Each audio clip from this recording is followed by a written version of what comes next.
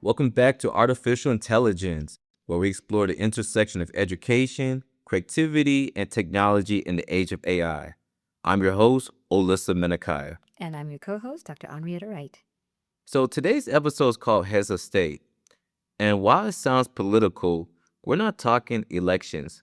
We're talking about the state of education and the arts worldwide, and what happens when we compare the enduring power of education to the rising influence of AI-driven teaching and creativity. Exactly. Because when we look at history, education has always been the force that shapes societies. It builds leaders, preserves cultures, and fuels innovation. But today, AI is rushing in with promises of speed and efficiency. The question is, are states, nations, and communities ready to protect education's deeper role, or will they trade it for convenience?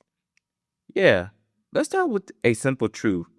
Education has never just been about transferring information. It's about shaping minds and building communities. Nations invest in education because it's the most powerful tool for transformation. Civil rights movements, independence struggles, scientific breakthroughs, they all came from education. That's true. And when you compare that to AI-driven education, the difference is striking. AI can deliver content faster, but content is not wisdom. A student might memorize facts generated by a chatbot, but can that chatbot notice when the class is silent or when a story sparks curiosity? Human educators carry emotional intelligence, empathy, and cultural memory, and that's what AI lacks. Yeah, I've seen it firsthand. A student may get AI generated summary of Newton's law, but the real learning comes when I connect it to their live experience, like relating motion to a basketball game or to catching the city bus. AI can't see those cultural connections. That's where human teaching shows its power. Yeah, and that's powerful. And that's bringing us to the states or governments. If education is truly this powerful, then states need to do more than buy AI subscriptions. They need to invest in human mentorship, teacher training, and global cultural exchange. AI can be a tool, yes, but the backbone of learning should remain human led. Right. Imagine a world where AI decides what students in Africa, Asia, or Latin America should learn based on data sets trained in Silicon Valley. That's not global education. That's digital colonization. States must step in to protect cultural sovereignty in curricular and arts. Absolutely. I think of the arts here. If governments don't invest in protecting cultural practices, AI will flatten them into generic patterns. Mm-hmm. A traditional dance now becomes just movement, right? A Yeah. sacred symbol becomes just a shape. Policy has to recognize that value in cultural accuracy and artistic labor. That's not optional, it's survival. It is survival, and that's why education has always been powerful, but now it's urgent. AI is moving faster than policies, faster than schools, faster than cultural institutions. And if we don't act quickly, we risk losing the human heartbeat of education and art. And urgency doesn't mean panic, it means purpose. For states, urgency means building protections now, requiring transparency in AI use, mandating teacher involvement in curricular design, and funding arts programs that preserve heritage. Otherwise, we end up with generations trained by algorithms instead of educators. Yes, and that's dangerous because the AI influenced education might produce efficient workers, but it won't produce critical citizens. And democracy, innovation, even empathy. All of those require critical citizens. That's why education has always been a global priority. All right. So let's look at states of responsibility.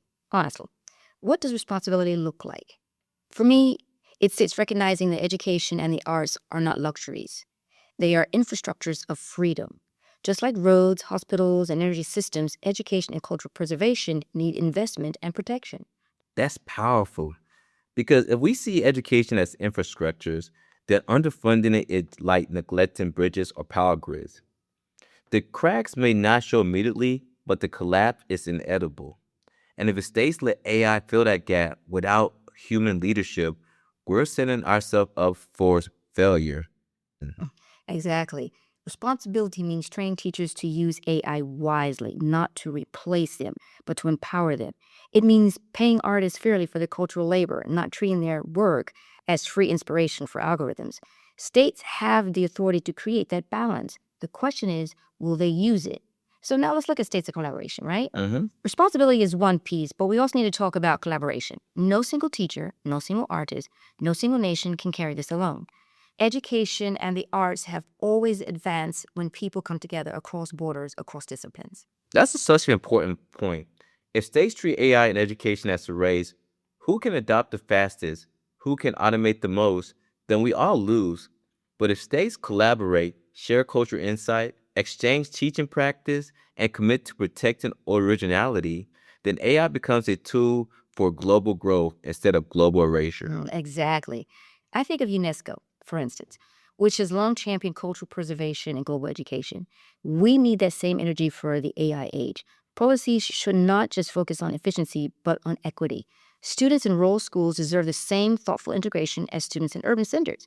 Artists in small communities deserve the same protection as those in major markets. And collaboration can also mean interdisciplinary work. Imagine scientists, artists, and educators shaping AI together instead of leaving the design solely to tech companies. That's where we could really unlock the potential of AI to serve humanity, not just profit margins. Yeah, because at the end of the day, collaboration is about protecting our shared humanity. It's saying that no matter where you live or what tradition you come from, your voice matters in this conversation.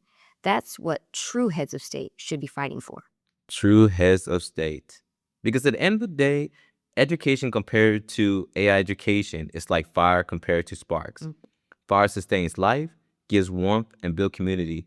Sparks can dazzle, but they burn out quickly. Yeah, and globally, every state has to decide which one they'll invest in: the sustaining flame of human centered education and the arts, or the fleeting spark of AI shortcuts. For us, the answer is clear.